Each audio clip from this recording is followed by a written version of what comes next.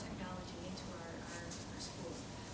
I brought out my little computer because when I was meeting with the Lakewood administrator, he talked about using a touch and adding that, what they would be teaching on a little computer versus the standard textbook. Education is changing. It's not the same type of school that we went to and are going to be at, that we were at. My children are going to learn on something like this.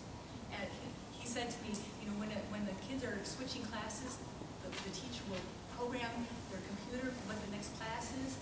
He's like, in 5 years, we won't have the traditional textbooks. It's going to be based on technology, where we're going in the future. You know, I got a magazine yesterday from the Wisconsin Association of School Boards, and they had a really great article about transforming education, where we're going in the future. And again, it's using this because it isn't traditional anymore. Every student learns differently, and I know that in my family. I have one child that has special needs. We need to work with him a lot more than my youngest child. And so I believe that, you know, we need to enable our teachers and our future teachers with new technology, new tools that are going to be teaching our kids in the future. Because it's not the same school that I went to. I'm not saying that Mrs. Cooper did she was my 4th grade teacher. She did a wonderful job, and I still remember, and I give her, every time I see her at the grocery store, I always give her a hug, because she did a wonderful job teaching me.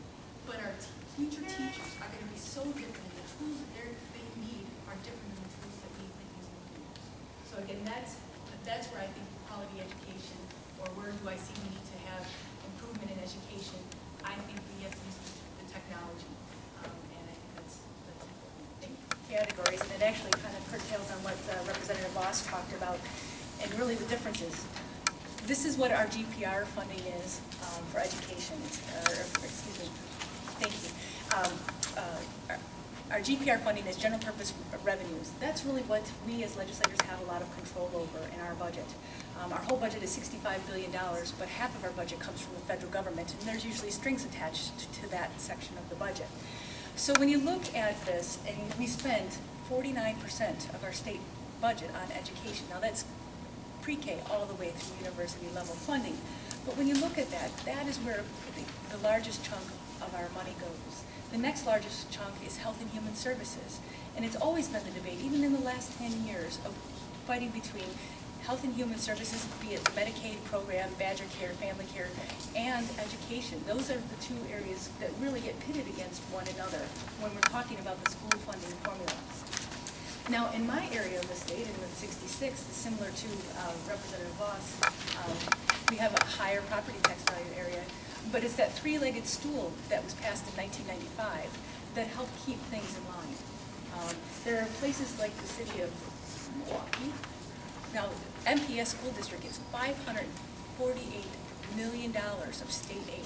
So when we're spending roughly $13 billion in education funding, the largest chunk goes to MPS, Kenosha, Racine, Beloit. It goes to the larger school districts.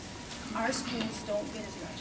But I'll tell you, be careful what you wish for, because there are folks that would like to even get more money in the city of Milwaukee. I was watching a TV program forum, and they would like to change the formula so they get even more. So again, take a look at this. Thank you very much. It's a little disappointment, you know, that my area got so little of the dollars. But then on the other hand, I wish sometimes the federal government doesn't keep handing out the dollars and just lets the actual people keep the stimulus dollars, because they're giving it out left and right. You know, I've got a project down here on Highway 50, and we're spending $4 million on a project that was designed in 3 months, and it is frustrating as a taxpayer. You know, the hard part for school districts and for school boards is that 85% of your budget is tied up in labor cost.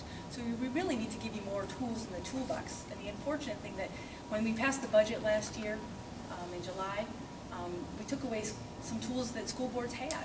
You know, greatest weight factor, some of the other arbitration reforms and such.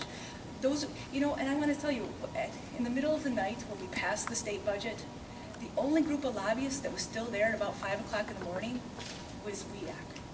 And so that's the unfortunate thing. They were looking out for their best interest. And those lobbyists stayed until the middle of the night to make sure their interests were taken care of. Not the interest of the children. I mean, we want to put more money back into the classroom, and it's unfortunate because we have excellent teachers out there, and I'm fortunate to represent a school districts that have really great teachers, and I get to see that on a daily basis. But we need to look at other incentives for teachers so that they can really be the best and the brightest. You know, and there was a proposal last year on merit pay that we had in the Republican caucus. Now again, it doesn't have to be the proposal that we brought forth, but some kind of system to reward the best and the brightest, because I want those people teaching my kids. You know, I got a vested interest now with my little ones starting. And so, you know, when the federal government comes and hands out this money, formulas, it's like Representative Voss said, everybody looks at the chart, because here it is. Here's all 426 school districts, and there's always winners and losers.